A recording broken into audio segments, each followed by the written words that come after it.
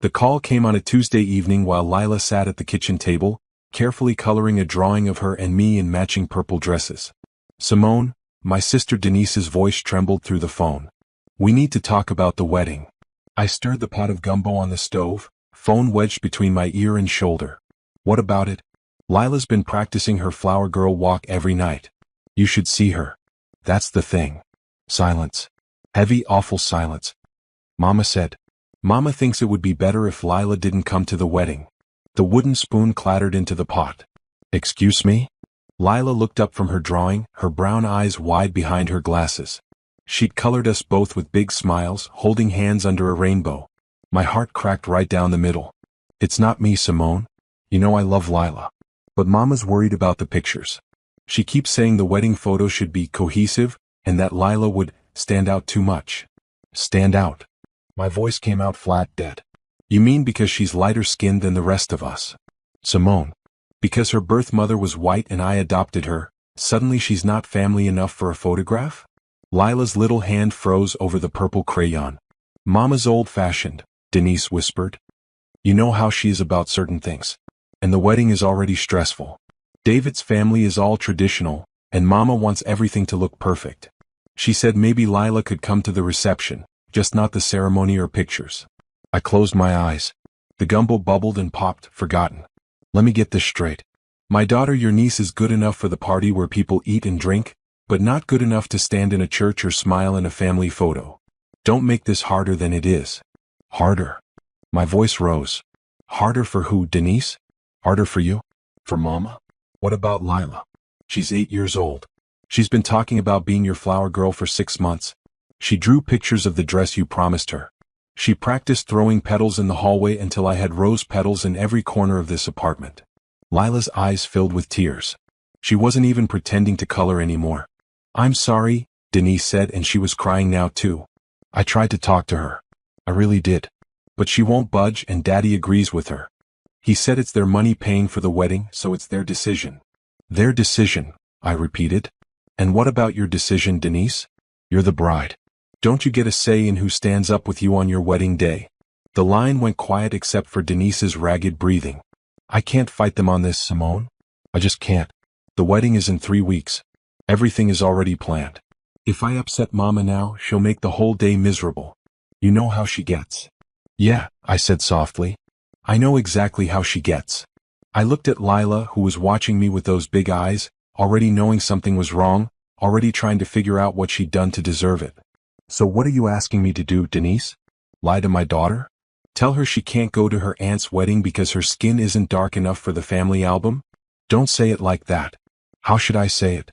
Please explain to me how to tell an 8-year-old that her own grandmother doesn't want her in a picture."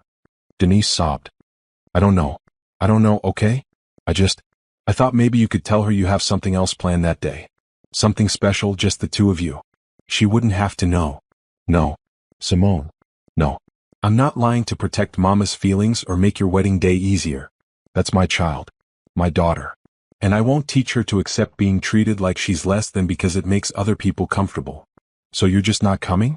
You're going to miss my wedding?" I looked at Lila's drawing on the table. 2 stick figures holding hands under a rainbow. Purple dresses. Big smiles. "If Lila's not welcome," I said, my voice steady now, "then I'm not welcome either. We're a package deal, Denise. We always have been. Simone, please. I love you. I really do. But I love my daughter more than I love attending a party where she's been told she doesn't belong. When you find your backbone and stand up to Mama, give me a call. Until then, me and Lila will be just fine on our own." I hung up before she could respond. The kitchen was silent except for the bubbling gumbo and Lila's quiet sniffles. "Baby," I said, turning off the stove and kneeling beside her chair. "Come here." She climbed into my lap, all skinny arms and legs, and pressed her face against my shoulder. Her glasses dug into my collarbone, but I didn't care. "Am I in trouble?" she whispered. "No, baby. No. You didn't do anything wrong. Not one single thing." "Then why doesn't Grandma want me at the wedding?" I held her tighter, feeling the fury and heartbreak war inside my chest. How do you explain colorism to an 8-year-old?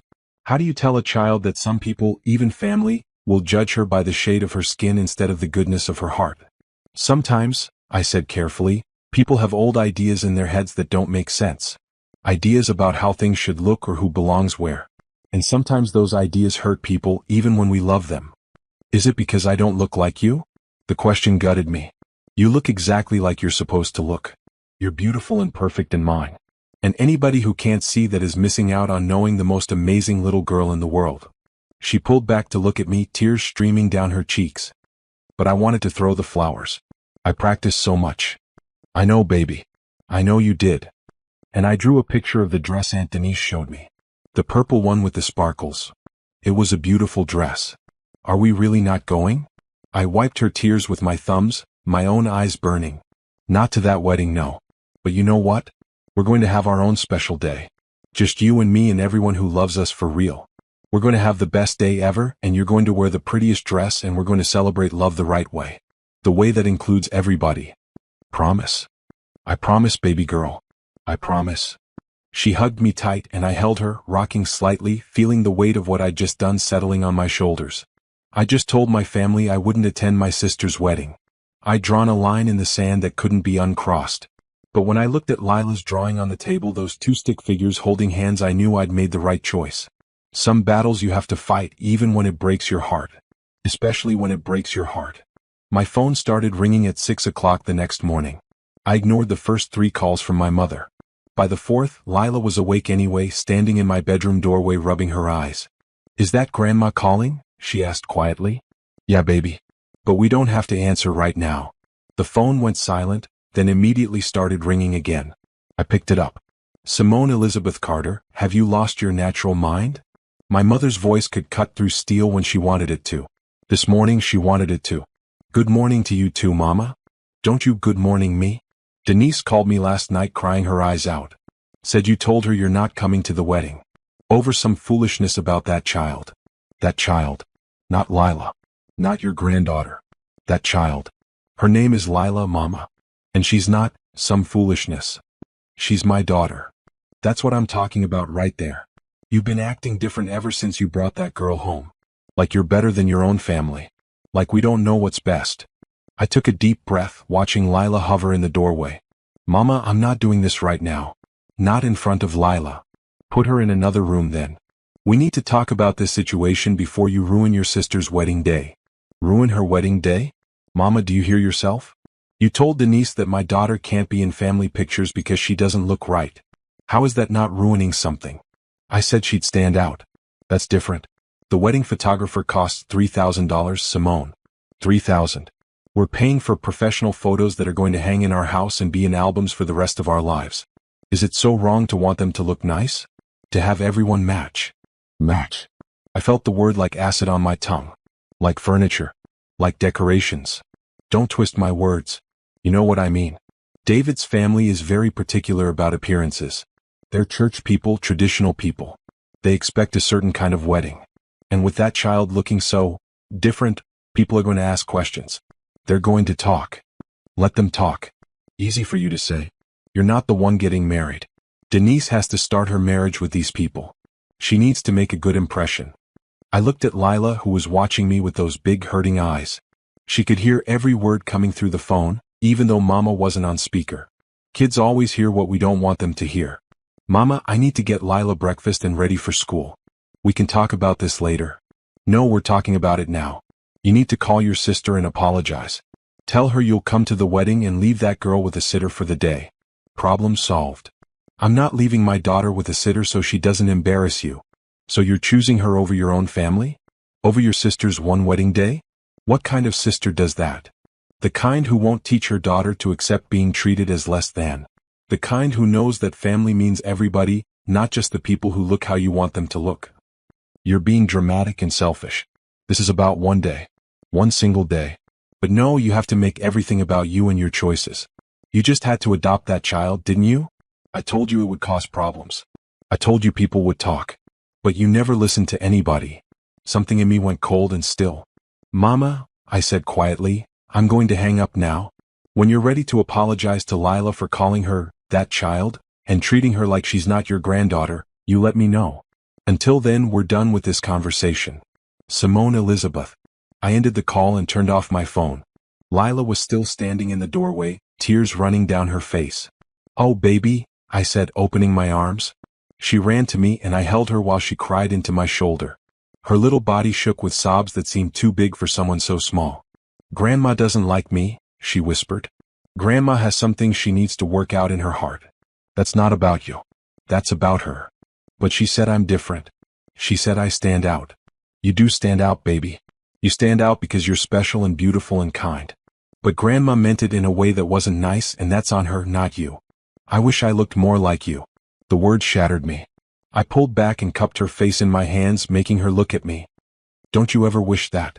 Not ever. You are perfect exactly as you are. God made you with this beautiful skin and these beautiful eyes and this beautiful heart.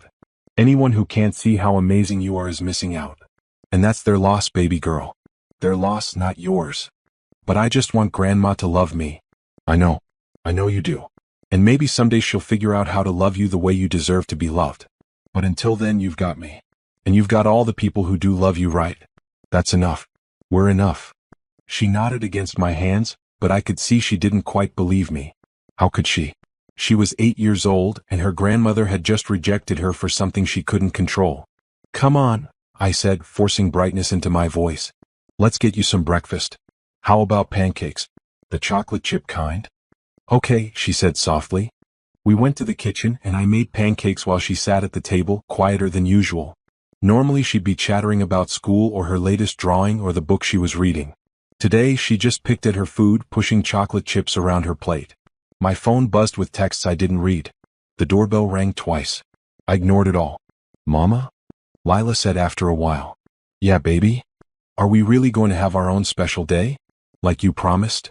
I looked at my daughter, my beautiful, hurting daughter, and made a decision. We're not just going to have a special day, I said. We're going to have the best day ever. We're going to throw a party so amazing that everyone will want to be there. And you know what? Everyone who really loves us will come. And the people who don't come? That'll tell us everything we need to know about who they really are. A tiny smile appeared on her face. Like a real party? Like a real party. With a dress and decorations and cake and music. The whole thing. What kind of dress? Whatever kind you want, baby girl. This is your day. Her smile got bigger. Purple? With sparkles? Purple with sparkles and anything else your heart desires. She jumped out of her chair and hugged me so hard I almost spilled my coffee. Thank you, Mama. Thank you, thank you, thank you. I held her close, feeling the weight of what I'd just committed to. I had no idea how I was going to pull off a party in 3 weeks. I had no idea how much it would cost or where we'd have it or who would even come. But I knew one thing for certain. My daughter deserved to feel celebrated and loved and wanted. And if my family wouldn't do it, I'd find people who would. Tasha showed up at my door that evening with Thai food and a bottle of wine. I heard, she said, pushing past me into the apartment. And before you ask, yes, I'm taking your side, and no, you're not crazy. I closed the door behind her, grateful. How did you hear? Girl, your mama called my mama. Apparently the whole church is talking about it. Gloria's been telling everyone you're being ungrateful and difficult. Of course she has. We settled on the couch while Lila watched a movie in her room. Tasha poured 2 generous glasses of wine. So, she said, tell me everything. I did. The whole story came pouring out: Denise's call, Mama's rant, Lila's tears, the promise I'd made. Tasha listened, her lawyer face on, nodding occasionally. When I finished, she leaned back and shook her head. Gloria has officially lost it. And Denise needs to grow a spine. Tasha. No, for real. I love your family, you know I do. But this colorism mess has got to stop. It's 2025. We should be past this. Should be and are 2 different things. True. She took a sip of wine. So this party you promised Lila. You serious about that? Dead serious. I just don't know how I'm going to pull it off. Tasha grinned. Good thing you have a best friend who plans events for fun and has connections all over this city. When's the wedding again? 3 Saturdays from now. Perfect. We'll do your party the same day, same time. Make it clear where your priorities are. That feels petty? Good. Sometimes petty is exactly what's needed. She pulled out her phone. Okay, let's make a list. First, venue. My cousin has that event space on the south side. Holds about 100 people. She owes me a favor, so we can probably get it cheap. I don't know if 100 people will even come. Once Mama spreads her version around church. Let her spread it. The people who matter will show up. Trust me. I wanted to believe her. What about a dress for Lila? Tasha continued. Purple with sparkles, you said? That's what she wants. There's that boutique on Madison Avenue. They do custom work. Might cost you though. I have some savings. This is worth it. Tasha squeezed my hand. You're a good mama, you know that? My eyes burned with tears I refused to let fall. I just want her to know she's loved. That she matters. That she belongs. She does know. And we're going to make sure she feels it. We spent the next 2 hours planning. Tasha made calls, sent texts, pulled in favors. By the time she left, we had a venue booked, a caterer lined up, and a meeting scheduled with the dress boutique for Saturday morning. One more thing, Tasha said at the door. You need to prepare yourself for the possibility that some people won't come. Even people you think should. I know. And you need to be okay with that. This party isn't about proving anything to Gloria or Denise or anyone else. It's about showing Lila that she's worthy of celebration. Remember that when things get hard. After she left, I checked on Lila. She was asleep, curled up with her stuffed bear, her glasses crooked on her face. I took them off gently and pulled the blanket up to her chin. She looked so peaceful. So innocent. She had no idea the storm that was about to come. The next morning, I took Lila to school and then headed to work at the community center. I'd been a social worker there for 8 years, helping families navigate adoption, foster care, and family services. The irony of helping other families while my own fell apart wasn't lost on me. My supervisor, Patricia, called me into her office mid-morning. Close the door, she said. I sat down, already knowing what was coming. Patricia went to my parents' church. Of course she'd heard. I need to know if your personal situation is going to affect your work, she said, not unkindly. It won't. Simone, you're one of our best workers. But if you're dealing with family drama, I'm dealing with it. It's handled. She studied me for a long moment. Is the child okay? Lila. Her name is Lila. And she will be okay because I'm making sure of it. Patricia nodded slowly. For what it's worth, I think your mother is wrong. That child Lila is lucky to have you. The unexpected support made my throat tight. Thank you. Now get back to work. And Simone?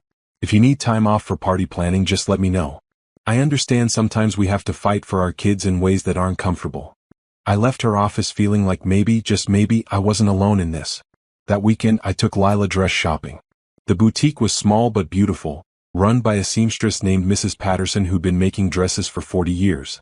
She took one look at Lila and smiled. What are we celebrating, sweetheart? Lila looked at me uncertainly. We're celebrating her, I said. Just her being amazing and loved and special. Mrs. Patterson's smile widened. Well, that's the best reason I've ever heard. Come on, let's find you something spectacular. She brought out fabric samples in every shade of purple imaginable. Lila's eyes went wide. All of these? She breathed. All of these. You pick whichever one makes your heart happy. Lila chose a deep plum color with subtle shimmer. Mrs. Patterson sketched a design, a princess-style dress with a full skirt, sparkly bodice, and little cap sleeves. And here, she said, adding details to the sketch, we'll put extra sparkles. Lots and lots of sparkles. Because a girl being celebrated deserves all the sparkle in the world. Lila beamed. It was the happiest I'd seen her since Denise's phone call. When do you need it? Mrs. Patterson asked me. 3 weeks. 3 weeks. She whistled. That's tight.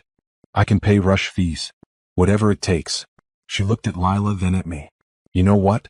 I'm not charging rush fees. Something tells me this dress is more important than money. I'll have it ready. Thank you, I said, my voice thick. Thank you, Lila echoed. As we left the boutique, Lila slipped her hand into mine. Mama? This is the best day ever already. It's just the beginning, baby girl. Just the beginning. But as we walked to the car, I saw my father standing by my driver's side door. And I knew the hard part was just getting started. My father looked older than I remembered. His shoulders slumped under his jacket and his eyes were tired. Daddy, I said carefully. What are you doing here? Lila pressed closer to my side, and I put a protective hand on her shoulder. I needed to talk to you, he said. Away from your mother. If Mama sent you to change my mind. She didn't send me. She doesn't even know I'm here. He looked at Lila and something flickered in his expression. Regret maybe. Or shame. Hey there, Lila. Hi, Grandpa, she said quietly. The word seemed to hit him. He flinched just slightly. Can we talk? He asked. Please? I wanted to say no. I wanted to drive away and not look back. But this was my father, and underneath all the dysfunction and my mother's control, I still loved him. Lila, baby, go sit in the car for a minute, okay? Lock the doors.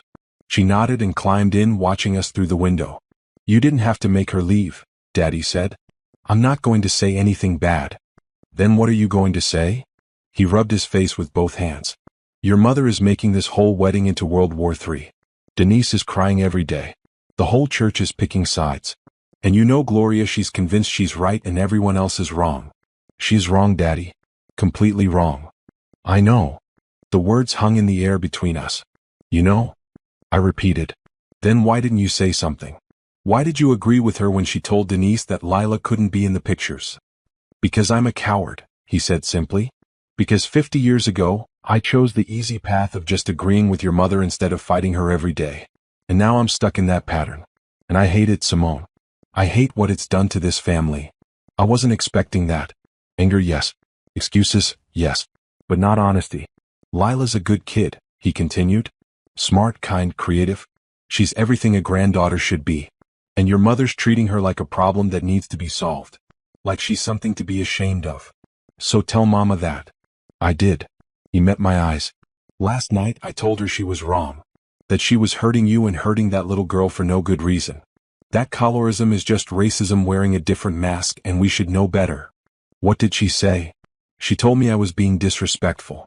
That she raised 2 daughters and knows what's best for this family. That you've always been difficult and stubborn and this is just more of the same. He paused. Then she slept in the guest room. Despite everything, I almost laughed. My parents had been married 43 years. I'd never known them to sleep in separate rooms. Good for you, Daddy. For standing up to her. Don't give me too much credit. It took me long enough. He glanced at Lila in the car. She looks scared. She is scared. She's 8 years old and her grandmother made it clear she's not wanted because of how she looks. How she's supposed to feel. I'm sorry. I'm so sorry, Simone. I should have said something from the beginning. I should have told Gloria to stop this nonsense before it went this far. Yes, you should have. He nodded, accepting that. What can I do now? To make this right? I thought about it. My father showing up and apologizing didn't fix the hurt. It didn't change the fact that Lila had been rejected by her family. But it was something. A small crack in the wall. Come to our party, I said. What party? The party I'm throwing for Lila. Same day as the wedding. A celebration for her with everyone who actually loves her for who she is. Understanding dawned on his face. You're serious about not going to Denise's wedding? Dead serious. I told you I was. And you're throwing a party to compete with it? I'm throwing a party to show my daughter that she matters. That she deserves to be celebrated. That she has family who chooses her, even when blood family doesn't. He was quiet for a long moment. If I come to your party, your mother will lose her mind. Probably. But you just said you stood up to her last night. So stand up to her again. Choose your granddaughter. Choose doing the right thing over keeping peace. She might not forgive me. She might not, I agreed. But at least you'll be able to look at yourself in the mirror. And Lila will know that her grandfather loves her enough to choose her. He looked at Lila again, then back at me. When is it? 3 weeks. Saturday afternoon. Tasha's helping me plan it. It's going to be beautiful. What time? 2 o'clock. Same time as the wedding ceremony. He understood the significance. If he came to my party, he'd miss his youngest daughter walking down the aisle. He'd miss giving her away. He'd miss one of the biggest moments of her life. I need to think about it, he said finally. Disappointment washed through me, but I kept my face neutral. Okay. But Simone? Even if I can't come, and I'm not saying I can't, I want you to know I'm proud of you. For standing up for that little girl. For being the kind of mother who fights for her kid instead of backing down. Your mother and I, we didn't always do right by you and Denise. But you're doing right by Lila. And that matters. My eyes burned. Thank you, Daddy. Can I tell her I'm sorry? Can I talk to her for a minute? I hesitated, then nodded. I opened the car door. Lila, Grandpa wants to talk to you. She climbed out slowly, warily. My father knelt down so he was at her eye level. Hey, sweetheart. I need to tell you something. Your grandmother said some things that were hurtful and wrong. And I didn't speak up when I should have. I let her hurt you, and I'm sorry for that. I'm real sorry. Lila's bottom lip trembled. Do you think I'm different too? You are different. You're different because you're special and unique and there's nobody else in the world exactly like you. But different is good, baby girl. Different is what makes you you. Grandma doesn't think so. Grandma's got some old ideas in her head that she needs to let go of. But that's her problem, not yours. Don't you ever think you're not good enough. You hear me? You're more than good enough. You're perfect. A tear rolled down Lila's cheek and my father wiped it away gently. Can I give you a hug? He asked. She nodded and he pulled her close. Over her head he looked at me and I saw tears in his eyes too. When he let her go he stood up. You two take care of each other. We always do, I said. He nodded and walked to his car. We watched him drive away. Is Grandpa coming to our party? Lila asked. I don't know, baby. I hope so. Me too. We got in the car and drove home. Lila was quiet, processing everything. When we pulled into our parking space, she finally spoke. Mama? Even if nobody comes to our party, it's okay. Because we have each other. I turned to look at her, this wise, resilient little girl who'd been through so much. We do have each other, I said. And that's everything. But as we walked into our building, I couldn't help wondering, what if nobody came? What if we threw a party and everyone chose the wedding instead? What if Lila ended up hurt all over again? The next Sunday, I took Lila to a different church. I'd been attending Mount Zion Baptist since I was born, same as my parents, same as everyone in the family. But after Mama's phone campaign to every church member she knew, I couldn't face walking through those doors. Couldn't face the whispers and the judgment and people choosing sides. Pastor Helen Brooks ran a smaller church on the east side called Community of Grace. I'd worked with her through the community center on foster care advocacy. She was the kind of woman who spoke truth with love and didn't tolerate foolishness. Lila held my hand as we walked into the modest building. The congregation was maybe 50 people, mixed ages, mixed backgrounds. Nobody stared. Nobody whispered. Pastor Helen saw us from the pulpit and smiled, warm and welcoming. After the service, she pulled me aside. Heard you might be looking for a church home, she said. News travels fast. It does when Gloria Carter is involved. Pastor Helen's expression was kind but direct. She called me, asked me to talk some sense into you. What did you say? I said I'd pray for wisdom for everyone involved. Then I told her maybe she should examine her own heart before she worried about yours. Despite everything, I smiled. I bet she loved that. About as much as you'd expect. Pastor Helen looked at Lila, who was coloring at a nearby table with some other kids. How's she doing? Some days are better than others. She understands she's been rejected, but she doesn't understand why. How do you explain colorism to an 8-year-old? Same way you explain any prejudice. You tell them it's not about them, it's about the person doing the rejecting having something broken inside. And you show them that love is bigger than hate, family is bigger than blood, and belonging doesn't require looking a certain way. I'm trying. You're doing more than trying. You're standing up for what's right even when it costs you. That's real faith, Simone. That's what Jesus actually taught. Try telling that to my mother. Oh, I will. Gloria and I have a meeting scheduled for Tuesday afternoon. She doesn't know it yet, but she's about to get a come to Jesus talk about what it means to love like Christ loved, unconditionally and without prejudice. I almost felt sorry for my mother. Almost. Pastor Helen, I'm throwing a party for Lila. Same day as my sister's wedding. It's going to look like I'm trying to sabotage the wedding or be petty, but I just want Lila to feel celebrated. I want her to know she matters. Then that's what you do. And anyone who can't understand that isn't someone you need in your circle anyway. What if nobody comes? Then you have the best party of two that anyone's ever seen. But Simone, people will come. You might be surprised who shows up when you give them a chance to do the right thing. Monday morning I started sending out invitations. Tasha helped me make them on her computer, beautiful purple cards with gold lettering that read, "You're invited to celebrate Lila Carter because she's amazing and we love her." No mention of the wedding. No drama. Just a simple celebration. I sent them to cousins, aunts, uncles, family friends, church members from both Mount Zion and Community of Grace, co-workers from the community center, Lila's teachers, and neighbors from our building. 50 invitations total. The responses started coming in by Tuesday afternoon. My cousin Brielle texted first, "I'm there." With bells on. Gloria's wrong and she knows it. Then Aunt Beverly called. About time someone stood up to my sister. Count me in. And I'm bringing my famous pound cake. Tasha's parents RSVP'd yes. So did Patricia from work and 3 other co-workers. Mrs. Patterson from the dress boutique sent a card saying she'd love to attend. Mrs. Ruby from church called and said, Baby, I'll be there and I'm bringing half the choir. But there was silence from others. My mother's best friend. Several cousins on Daddy's side. People I'd known my whole life who apparently valued keeping peace with Gloria over supporting a child. Each non-response felt like a small betrayal. Wednesday evening, Denise called. I almost didn't answer, but something made me pick up. Simone, she said, her voice hoarse. We need to talk. I thought we said everything we needed to say. Please. Just hear me out. I sighed. Fine. Talk. I got your invitation. For Lila's party. Okay. You're really doing this? You're really throwing a party the same day as my wedding? Yes, I am.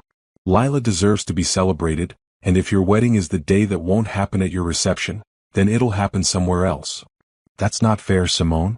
You know how hard I've worked on this wedding. How much planning has gone into it. And now you're trying to sabotage it by pulling people away. I'm not trying to sabotage anything. I'm showing up for my daughter. If people choose to come to her party instead of your wedding, that's their choice. I'm not forcing anyone. But you're making them choose. Don't you see that? You're putting people in an impossible position. No, Denise. Mama put people in an impossible position when she decided Lila wasn't good enough for your family pictures. I'm just responding to that. Silence. I never said she wasn't good enough, Denise said finally, her voice small. You didn't say she was either. You went along with Mama instead of standing up for your niece. That's the same thing. I was trying to keep peace. At what cost? At the cost of an 8-year-old feeling like she doesn't belong in her own family? It's more complicated than that. It's really not. Either you believe Lila is family or you don't. Either she's worthy of being in your wedding pictures or she's not. There's no complicated middle ground here. I heard Denise crying on the other end of the line. I do love her, she said. I love both of you. But Mama's making this so hard, and David's family is already judging everything, and I just wanted one perfect day. Just one day where everything went smoothly and everyone was happy. Life doesn't work like that, Denise. Perfect days don't come from excluding people who make others uncomfortable. They come from being surrounded by people who love you for real. And if David's family is judging your family before they even marry into it, what does that tell you about them? You don't understand. I understand that you're choosing the easy path. And I understand that I can't force you to choose differently. But I can show Lila that I will always choose her. Every single time. What if I came? Denise's voice was barely a whisper. To Lila's party? My heart stopped. What? What if I came to the party instead of having a wedding? Denise, you can't be serious. Your wedding is in 2 weeks. Everything's planned. Paid for. I know. But what if I did anyway? What if I told Mama and David and everyone that I'm not getting married unless Lila is there? Unless everyone can be there? Do you mean that? Or are you just saying it because you feel guilty? Long silence. I don't know, she admitted. I want to mean it.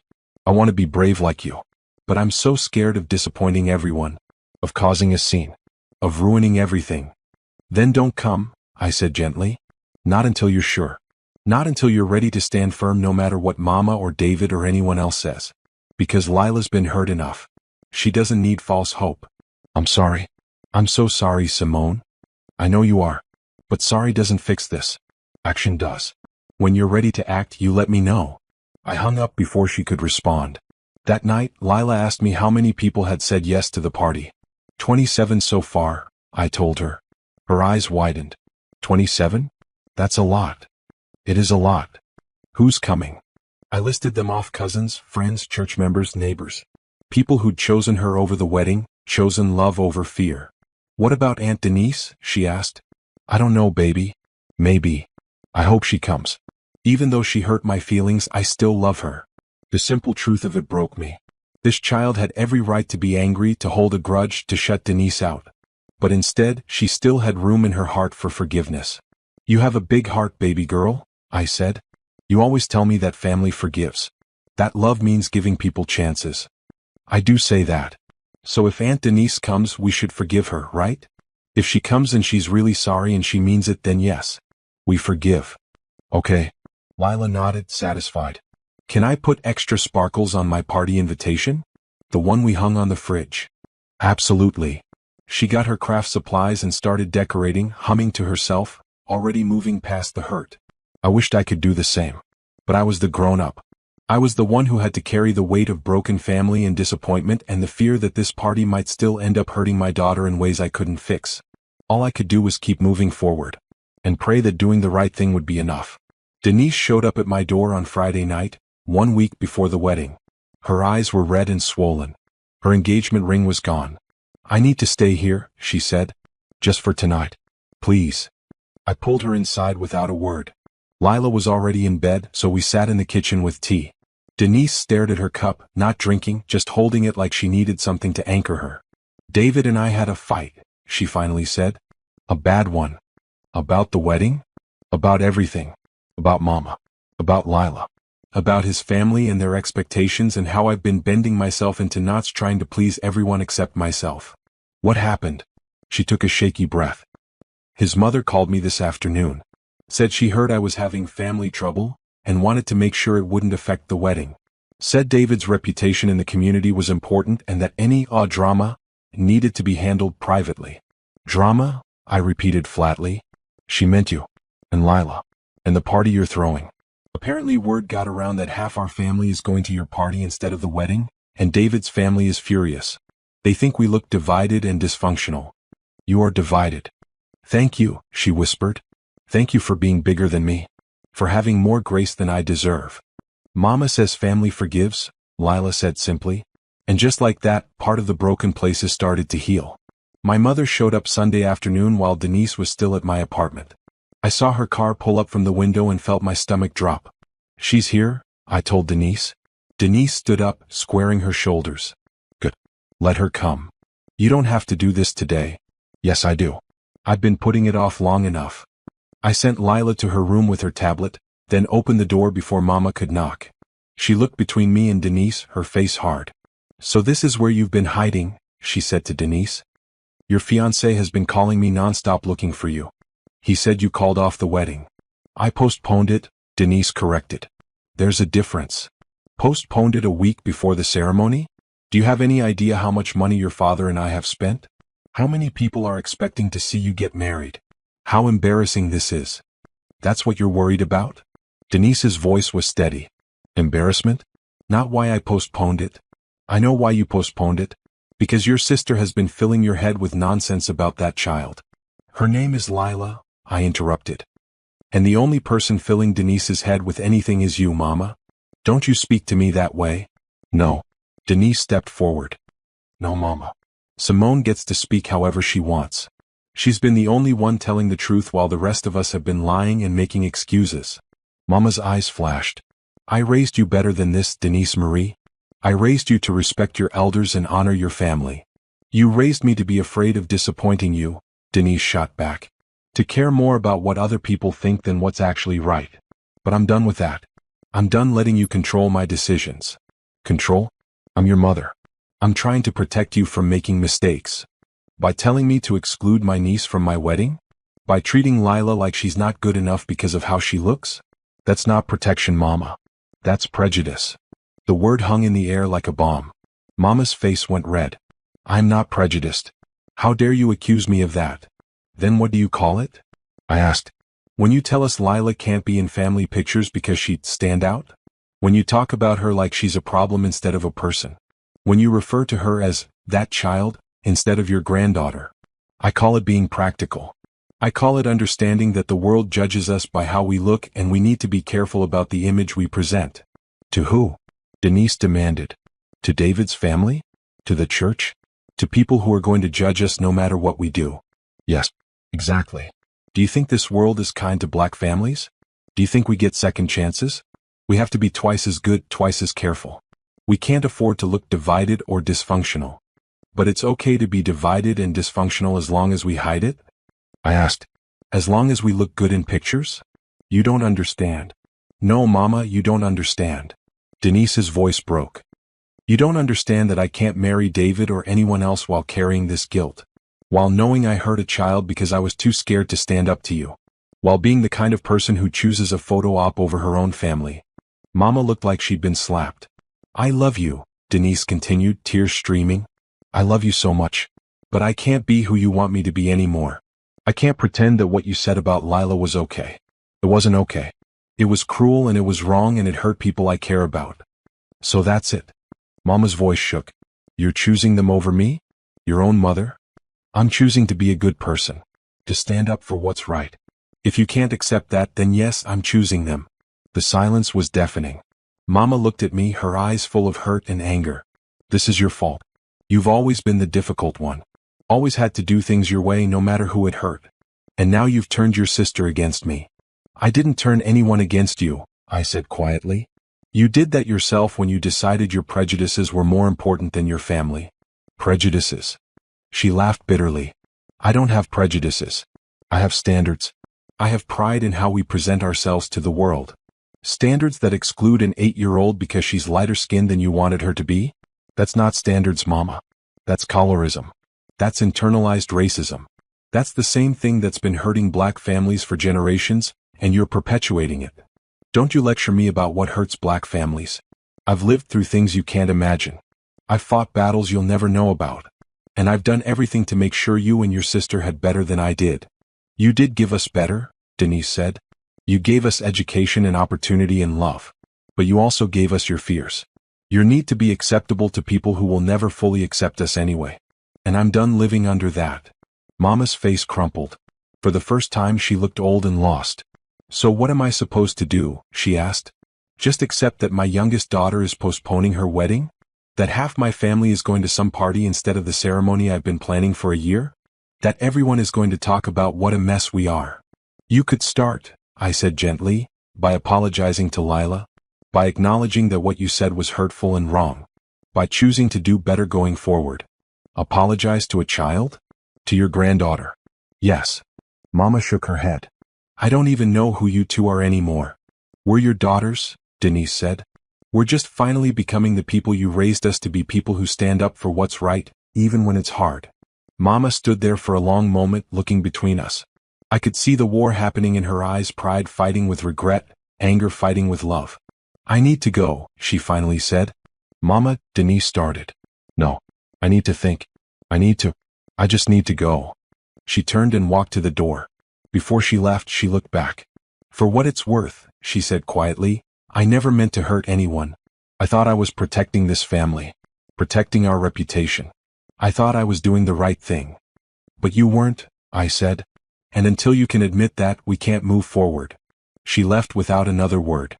The door clicked shut behind her, and Denise collapsed onto the couch, sobbing. I sat beside her and held her while she cried. Did I do the right thing? She asked. Did I just ruin everything? You did the right thing. You finally did the right thing. But what if she never forgives me? What if I've lost my mother over this?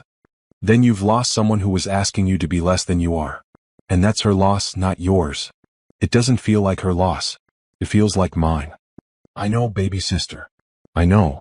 We sat there together, both of us crying, both of us grieving the family we thought we had and trying to figure out how to build something better from the broken pieces. After a while, Lila came out of her room. Is Grandma gone? She asked quietly. Yeah, baby. She's gone. Lila climbed onto the couch between us. Was she mad? She was confused and hurt and scared, I said. Sometimes people act mean when they're really just scared. Are you scared, Mama? I thought about it. A little. But I'm also proud. Proud of myself, proud of your aunt, proud of us for doing the hard thing. What's the hard thing? Standing up for what's right, even when people we love don't understand. Lila nodded seriously. Then she looked at Denise. Are you still going to get married? Someday, Denise said. When I'm ready. When I'm sure I'm marrying someone who will stand with me through hard things. But not next Saturday. So we can all come to my party? We can all come to your party. Good. Lila smiled. Because Mama said there's going to be cake. And I want you to have some. And just like that, a child's simple wisdom reminded us what actually mattered. Not weddings or pictures or what people thought. Just love. And cake. And choosing each other. The days leading up to Lila's party were a whirlwind of phone calls, text messages, and unexpected support. Pastor Helen called Monday morning. Gloria came to see me yesterday, she said. She's struggling, Simone. Really struggling. I'm sure she is. Don't be cold. I know she hurt you, but that woman is facing things she's buried for 50 years. That's not easy. I sighed. What did she say? She told me about the conversation with you and Denise. About how her daughters are choosing that child, her words, not mine, over her. About how the family is falling apart and it's all your fault. Of course it is. I let her talk for about 20 minutes. Then I asked her if she remembered the story of the Good Samaritan. She said of course she did. So I asked her which person in that story she thought she was. What did she say? She said the person who stopped to help, obviously. And I said no, Gloria. Right now, you're the people who walked past the wounded man because stopping would have been inconvenient. Because it would have made them look bad or slowed them down or complicated their day. I could picture Mama's face at that. She must have loved that. She got up to leave. But before she reached the door, I told her something else. I told her that her granddaughter is having a party this Saturday to celebrate being loved and worthy. And that she has a choice. She can show up and prove she's capable of loving beyond her own prejudices, or she can stay away and confirm everything her daughters already believe about her.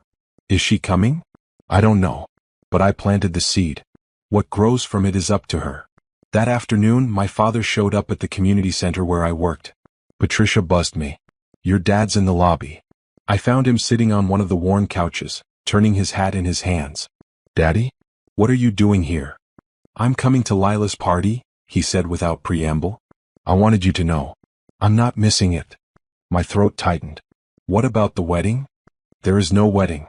Denise officially postponed it this morning. She and David are going to counseling to figure out if they can make it work. But either way, there's no ceremony Saturday. So I'm free. He met my eyes. And even if there was a wedding, I'd choose Lila's party. I need you to know that. What about Mama? Your mother and I are sleeping in separate rooms still. We're barely speaking. But I told her this morning that I'm going to our granddaughter's party, and if she has a problem with that, she can take it up with me. Not you. Me. Daddy. No, let me finish. I should have said this weeks ago. I should have stood up to Gloria the minute she said Lila couldn't be in the pictures. I should have put my foot down. But I didn't. I took the coward's way out. So I'm saying it now, I'm proud of you. I'm proud of how you fought for that little girl. And I'm going to be there Saturday, supporting both of you. I hugged him tight, this man who'd finally found his courage. Thank you, I whispered. No thank you. For showing me what real strength looks like. Wednesday, Aunt Beverly called. Baby girl, I need you to do me a favor. What's that, Aunt Bev? I need you to save me a seat right next to Lila at this party. Front and center. Because I'm not just coming, I'm making an entrance. And I'm bringing my famous mac and cheese that Gloria's always jealous of. I laughed despite myself. You don't have to. Oh, I absolutely do. Gloria's been calling everyone in the family, trying to paint you as the villain in all this. And I've been calling everyone right back, setting the record straight. That child deserves to be celebrated, and anyone who can't see that is blind and foolish. Present company included. How's Mama taking that? About as well as you'd expect. She told me I'm disloyal. I told her I'm loyal to truth, not to her delusions. We haven't spoken since. But I've got cousins, nieces, nephews, all kinds of people who are choosing Lila's party over Gloria's pride. You just wait. Saturday's going to be beautiful. By Thursday, the RSVP list had grown to 43 people. 43 people choosing love over obligation, truth over comfort, a child celebration over avoiding drama. Tasha showed me the final numbers while we were confirming with the caterer. This is more than I expected, she said. Way more. You realize this is bigger than most of the gatherings your family normally has. I know. People are making a statement. They're saying what Gloria did was wrong and they're standing with you. Or they're coming for free food and cake. Simone, give people some credit. They're coming because they believe in what you're doing. Because they want Lila to know she matters. I wanted to believe that. I wanted to believe people were better than my cynicism suggested. Friday afternoon, I picked up Lila's dress from Mrs. Patterson's boutique. When she brought it out, I gasped. It was more beautiful than I'd imagined. The deep purple shimmered in the light, and sparkles caught the sun from every angle. The skirt was full and princess perfect, and there were little details everywhere, tiny flowers embroidered at the waist, a satin ribbon that tied in back, cap sleeves with more sparkles. Mrs. Patterson, this is what that baby deserves, she said firmly. Every little girl should get to feel like a princess at least once. Especially little girls who've been told they don't quite fit. How much do I owe you? Already paid for. What? No, I didn't pay yet. Your Aunt Beverly came by yesterday. Said she was taking care of it. Said it was her way of apologizing for not standing up sooner. My eyes filled with tears. She didn't have to do that. She wanted to. Said family takes care of family, and it's about time someone in your family acted like it. I carefully packed the dress in its protective bag and drove home. When I showed Lila, she screamed with joy. Can I try it on? Please, please, please. Not until tomorrow. We need to keep it perfect. But I want to see. You will see. Tomorrow. When everyone's here to see how beautiful you look. She pouted but accepted it. Then she asked, Mama? Are a lot of people coming? 43 so far. Her eyes went wide. 43? That's almost everyone in my class. That's a lot of people who love you, baby girl. Is Grandma coming? The question I'd been dreading. I don't know. She hasn't said. Oh. Lila's face fell a little. I hope she comes. I want her to see my dress. Me too, baby. Me too. That night I couldn't sleep. Tomorrow was the day. Tomorrow we'd find out if this party was everything I'd promised or if it would somehow fall short. Tomorrow we'd see who showed up and who stayed away. Tomorrow Lila would either feel celebrated and loved, or she'd feel the absence of the people who chose not to come. I got up around midnight and found Denise on my couch, unable to sleep either. Hey, I said. Hey. We sat in the dark together. Are you nervous? She asked. Terrified. What? Everything's planned. The venue is beautiful. The food is ordered. The dress is perfect. What could go wrong? What if Mama shows up and ruins everything? Or what if she doesn't show up and Lila is heartbroken? What if people come but it's awkward? What if this whole thing is a mistake? Simone. Denise took my hand. This isn't a mistake. This is the bravest thing you've ever done. You're showing Lila that she's worth fighting for. That she's worth celebrating. That love doesn't require looking a certain way or meeting certain standards. That's not a mistake. That's everything. When did you get so wise? When I almost lost everything because I was too scared to be wise. We sat there until dawn, two sisters who'd finally figured out what mattered. And as the sun rose on Saturday morning, I said a prayer. Please let this day be everything Lila deserves. Please let her feel loved. Please let this be enough. Saturday morning, I woke Lila up with pancakes shaped like hearts. Today's the day, she squealed, bouncing in her chair. Today's the day, baby girl. Can I put on my dress now? After breakfast. We've got to get you fed first. She ate faster than I'd ever seen, practically inhaling pancakes and orange juice. Denise and I got ready together while Lila watched cartoons. When it was time, we helped her into the dress. The moment she saw herself in the mirror, she gasped. Mama, I look like a princess. You look like a queen, I corrected. She twirled, watching the skirt spin out around her, sparkles catching the light. Her face was pure joy. Can I show Aunt Denise? She's right here, baby. Denise had tears running down her face. Lila, you're the most beautiful girl I've ever seen. Really? Really, really. We took pictures, the three of us together, Lila by herself, Lila with each of us separately. My heart felt so full it might burst. At 1:30 we drove to the venue. Tasha had transformed it into something magical. Purple and gold balloons everywhere. Tables with sparkly tablecloths.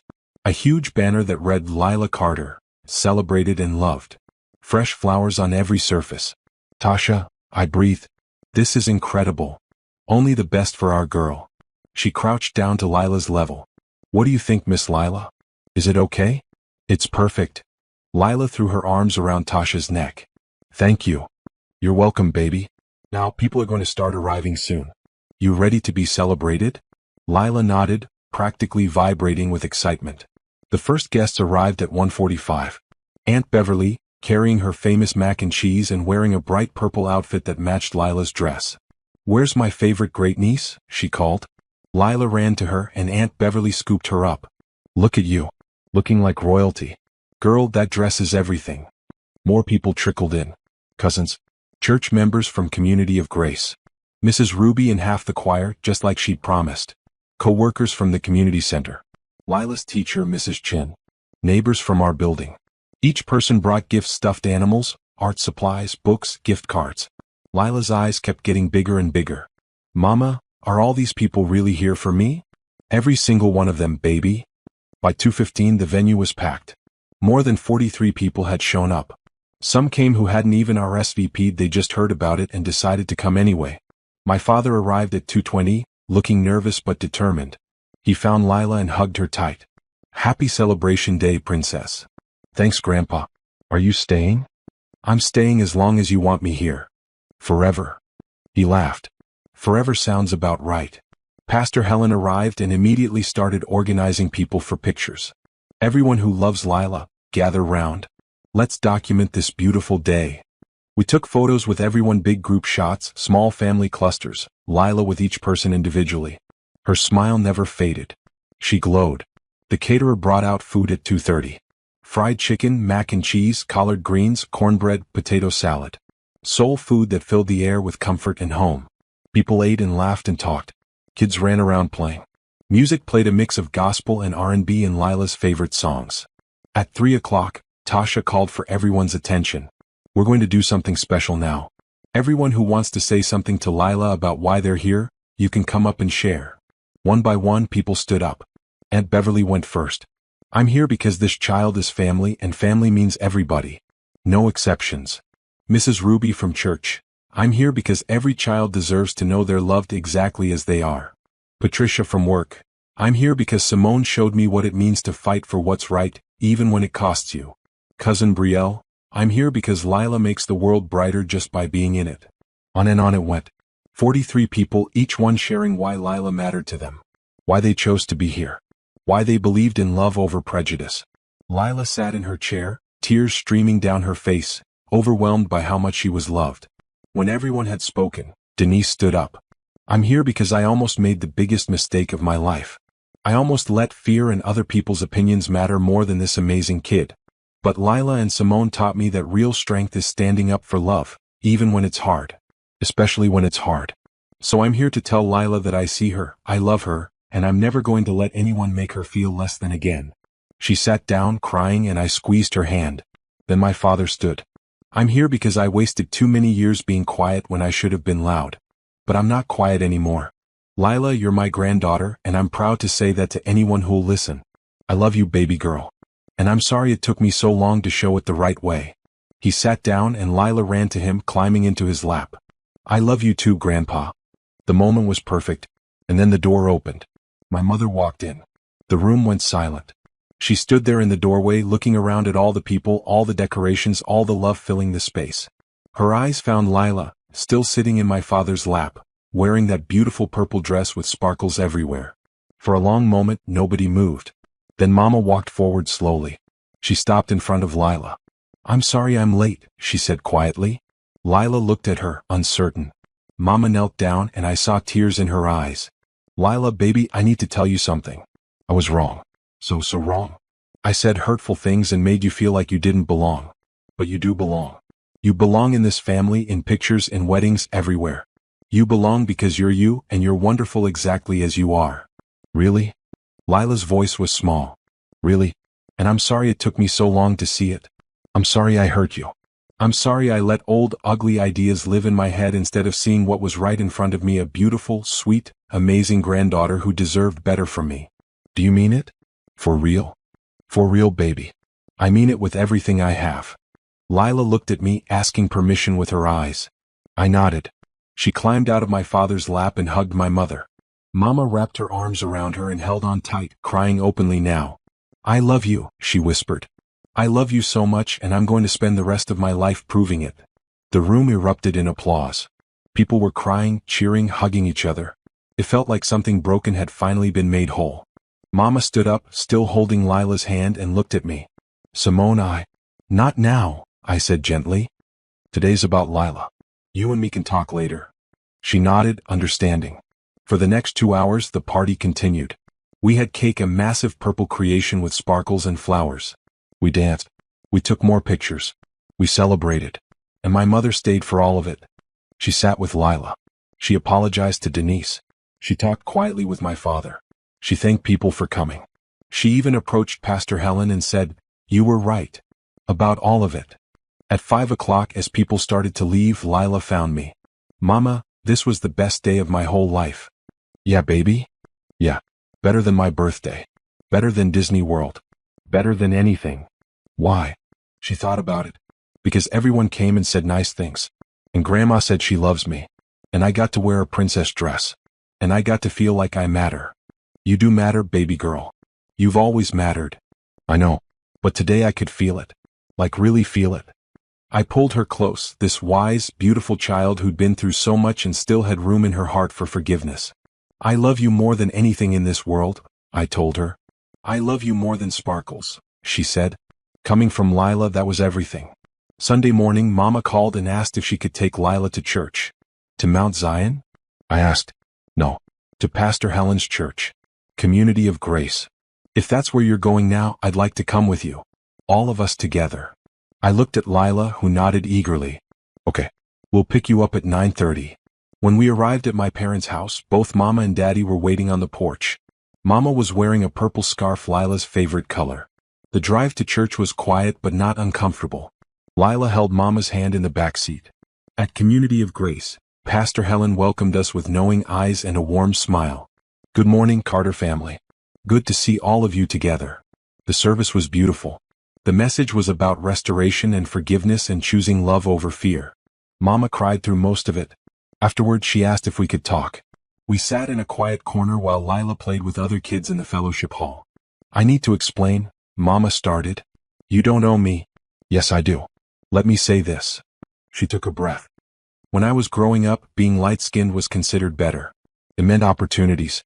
It meant being treated differently. And being dark-skinned meant, well, it meant facing prejudices I can't even fully explain. So somewhere in my head, I internalized this idea that lighter is better. That it makes life easier. She paused, wiping her eyes. But then you adopted Lila. And she's lighter than all of us. And instead of seeing that as neutral or seeing her as just a child who needs love, I saw it as complicated. I worried people would judge us. Judge you for adopting outside our race. Judge her for being different. And I let those worries turn into something ugly. Colorism, I said. Yes, colorism.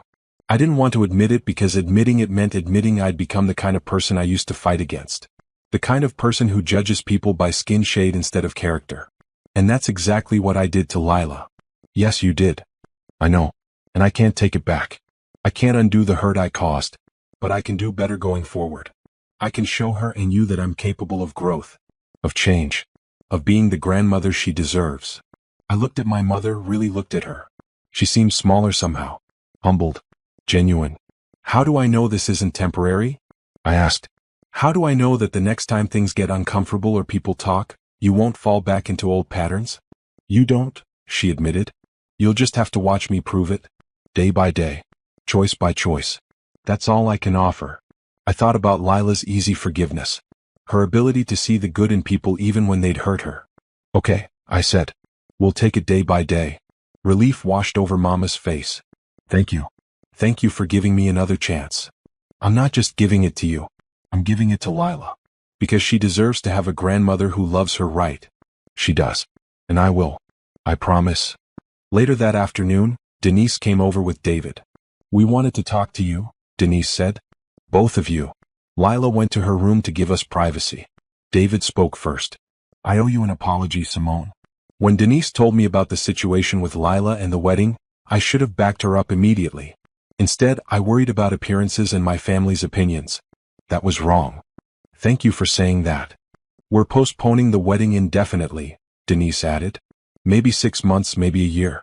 We're going to counseling to make sure we're on the same page about what matters. About family and values and how we handle conflict. That sounds smart. And when we do get married, David continued, Lila will be front and center. In every picture. Standing right there with us. No question. She'll like that. We should have done that from the beginning, Denise said. I should have done that. I'm still sorry, Simone. For all of it. I know. And I forgive you. We're moving forward. She hugged me tight. Thank you. For not giving up on me. For showing me what real strength looks like. That's what sisters do. Over the next few weeks, things slowly healed. Mama came to dinner every Sunday. She brought Lila gifts, art supplies, books, a journal with purple sparkles on the cover. She asked about school and friends and listened when Lila talked about her latest drawings. She also apologized to others. To Aunt Beverly for calling her disloyal. To Pastor Helen for being stubborn. To people at church who'd taken sides. My father started coming to Lila's school events. He taught her how to ride a bike without training wheels. He took her fishing one Saturday and came back with stories about her catching 3 fish to his 1. Denise and David's counseling was going well. They set a new wedding date for the following spring, plenty of time to build a foundation based on honesty and shared values. And Lila? She bloomed. She wore her purple dress to school for show and tell and told everyone about her celebration party. She drew pictures of all the people who came. She wrote thank you notes in her best handwriting. One night as I tucked her into bed, she asked, "Mama, why did you fight so hard for me?" "Because you're worth fighting for. But you made your family mad. You made everything complicated. Some things are worth the complication, baby. And you're worth everything." What if I hadn't been worth it?